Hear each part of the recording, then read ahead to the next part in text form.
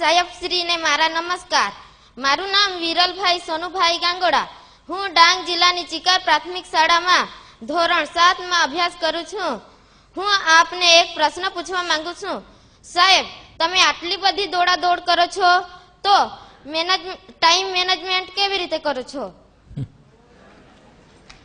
એ વાત સાચી છે કે ગુજરાતમાં ભૂતકાળમાં બધા મુખ્યમંત્રીઓ ડાંગ જેટલી વખત ગયા હશે એના કરતાં વધારે વખત હું ગયો છું. કોઈને પ્રશ્ન પૂછે, સ્વાભાવિક છે, જે કામ કરે ને એને સમયનો પ્રશ્ન જ નથી હોતો. જે ન કરે ને એને સમયના પ્રોબ્લેમ હોય છે.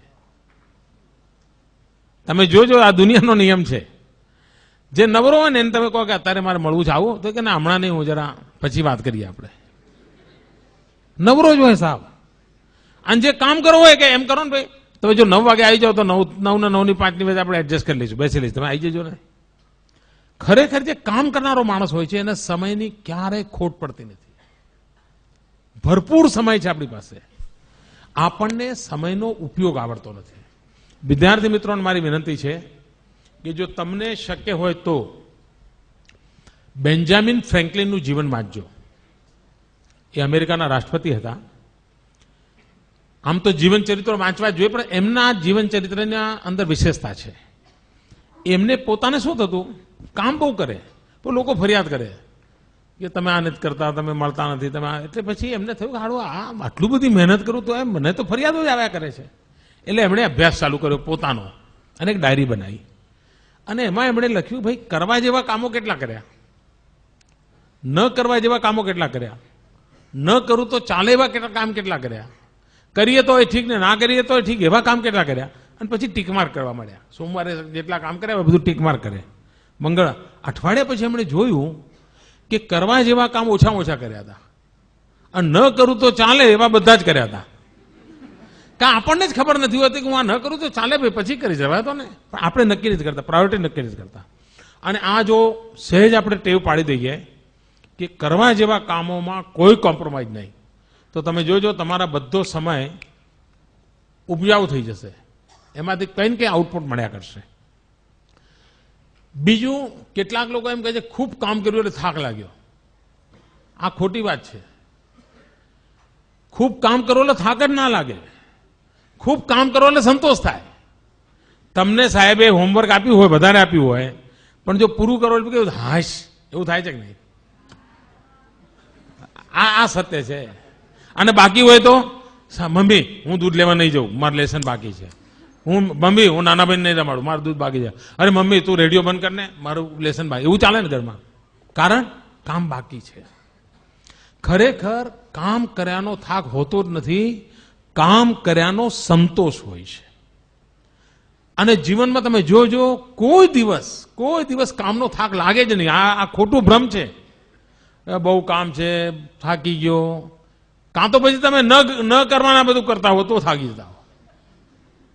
અને તેથી સમયનો ઉપયોગ કેવી રીતે કરવો, સમય બરબાદ ન થાય એના તરફ આપણું ધ્યાન હોવું જોઈએ.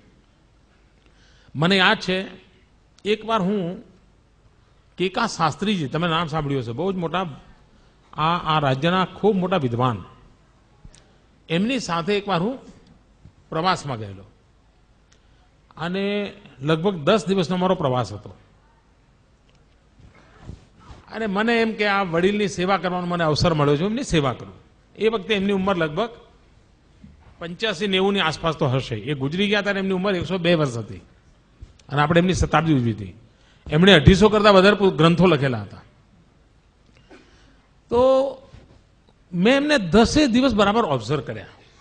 તમને આશ્ચર્ય થશે, એમણે શબ્દકોશ લખ્યો છે, ગુજરાતી શબ્દકોશ. માનો કે રેલવે ફાટક હોય અને રેલવે ફાટકમાં અમારી ગાડી ઊભી રહી હોય તો આપણે શું કરીએ? ઊભા રહીને નીચે લટાર મારીએ, યા ત્યાં સિંગ ચણાની લારી હોય તો ત્યાં જઈએ, ક્યાંક ટમેટા મળતા હોય તો એ જઈએ, એવું બધું કરીએ ને. મેં જોયું કે જેવી બસ ઊભી રહી નથી કે પોતાના થેલામાં ચોપડો કાઢ્યો નથી, તરત આમ લખવાનું ચાલુ જ કરી દે અને ફરી પાછી ફાટક ખુલે અને બસ ચાલે પછી અમને મૂકી દે. મને એમ થાય કે આ માણસ સમયનો કેટલો બધો ઉપયોગ કરે છે. રાત્રે ક્યાંય પહોંચવાનું હોય ધર્મશાળામાં અમે ઉતરતા તો હું એમના માટે કે પથારી લેવા જઉં એ પહેલા તો એ પોતાનું જે થેલો હતો એનું ઓછું કહીને સુઈ ગયા હોય.